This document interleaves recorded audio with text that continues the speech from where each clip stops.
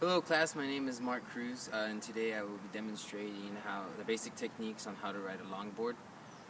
Um, Basically, the longboard is a fast and efficient alternative commute between classes, basically cuts your time in half. The reality of it is that anybody can pick up a longboard and learn how to ride it with little to no trouble at all. And best of all, there's no required attire, meaning you can wear shoes, shorts. If you're a girl, you can wear skirts. You can wear flats, sandals, socks, shoes. I've even seen people ride barefoot. It's actually pretty fun. Okay, so the shape and length of the board are unique in a sense because the board is longer. It's about 36 inches long, but sizes can vary depending on the style of riding you want. The deck is wider to accommodate your feet for people with feet like mine. I have a big foot, and anybody that's like clumsy or anything like that. Okay, so now because this design is so similar to a surfboard, it requires a certain like unorthodox style of riding and stopping, um, which I guess basically will ensure your safety while you're riding on the streets or like trying to go around people during class. Learning these methods and improving these methods and these basic techniques will keep you on the board and limit, I guess, how many times you fall off the skate or the longboard, any situation. Okay, so next we're gonna go ahead and learn how the basic techniques. We're gonna go ahead and finally get started. Okay, so basically what you're gonna want to do is you always want to have your feet shoulder width apart, and with any good technique comes good footwork. So what you want to do is you want to start off with your leading foot. Since I'm a left-handed person, I'm going to go ahead and naturally start off with my left foot. You can start off this way. It's probably going to be better to just angle yourself when you get on the board, right?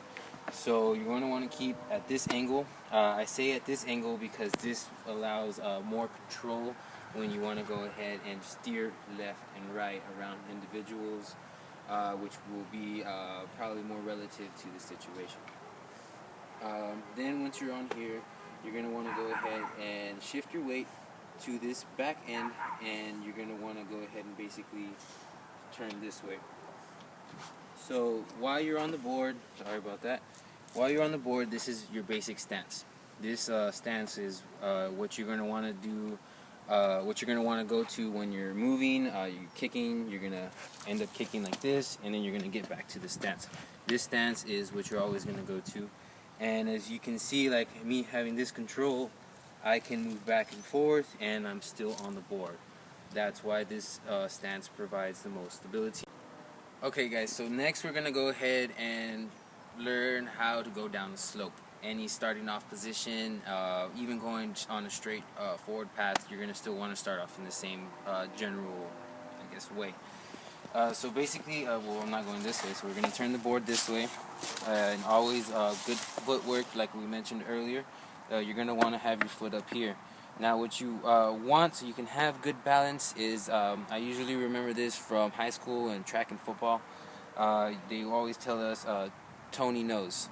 Toe, knee, nose. You want to align those three together, and that'll give you that good posture. You don't want to lean too forward, because then that'll cause you to fall off the board. You don't want to lean too back because you're going to fall back and you're going to break your coccyx.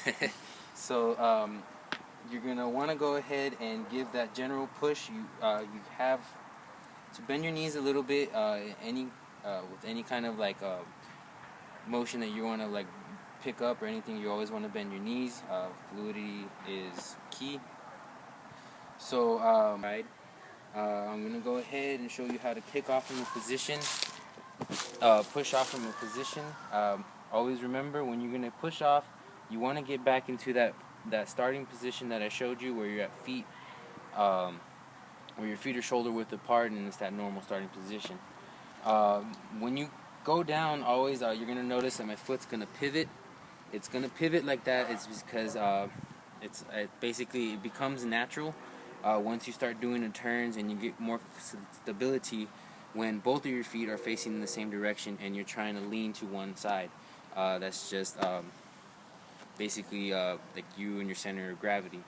So I'm going to go ahead and start out showing you how to do it. Remember everything I just said. I'm going to kick off from here. My foot's going to go back to the starting position.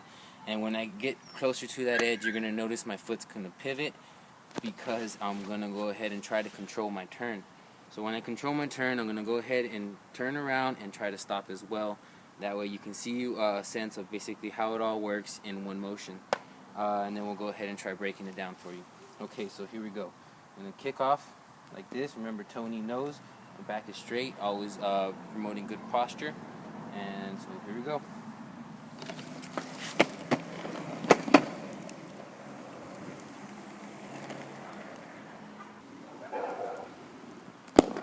So it's easy as that. Just you've seen one basic motion, how you start and you turn around and you stop. There's different ways to get off the longboard. There's different ways to slow down. We'll go ahead and discuss that right now. Okay guys, so now that I showed you how to get off the slope like that and basically do a basic turn, we're going to go ahead and break down that turn. As you noticed, how are you going to turn this big thing, right, and not fall? There is a certain way to do it. It's all in the footwork, guys. Basically, if you lean back, the board's going to go back with you too. So you go this way, your board's going to go left. You lean forward, the board's going to go to the right. And then if you're facing and going this opposite direction, vice versa, right? Okay, so basically, to break that down, or to practice at it, anyone like learning how to skate, they learn how to do figure eights. Figure eight, everybody does it, from ice skaters, roller skaters, even longboarders now, right? So we're going to go ahead and try breaking that down. We're going to go ahead and notice how I'm going to start it off from right here, basically the same position, and we're going to go ahead and do that figure eight motion, and you're going to go ahead and see how I break it down, and I might even switch it around so you can see how you do it from opposite positions. Basically all it is, guys, is just you lean to one side, the board's going to go to one direction, and you lean to the other side and the board's going to go to the other direction. The faster you go, the more easier the turns are, the quicker the turns you can make. It's all about speed, momentum. You'll learn about this in Physics 1. Okay guys, so here we go. I'm going to show it to you now.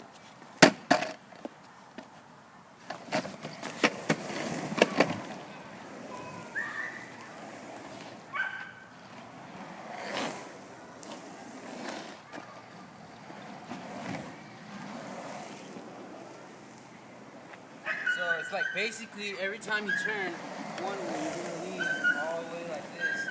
And once you come back, you're going to stand straight back up. Kick again, you get more speed, you lean back, and you do another turn. This works in every single direction. You can do it this way, you can do it the other way. I'm going to go ahead and stop. Basically, I hope you guys learned a lot from this. It's really fun. It's a smooth ride. Once you learn how to do this, you practice a lot. You know how practice makes perfect. You'll see the difference when you're going to class, and you're going to save a lot of time, giving you more time to study, more time to do your homework, stuff like that. If you guys have any questions, let me know. I'll be more than happy to answer.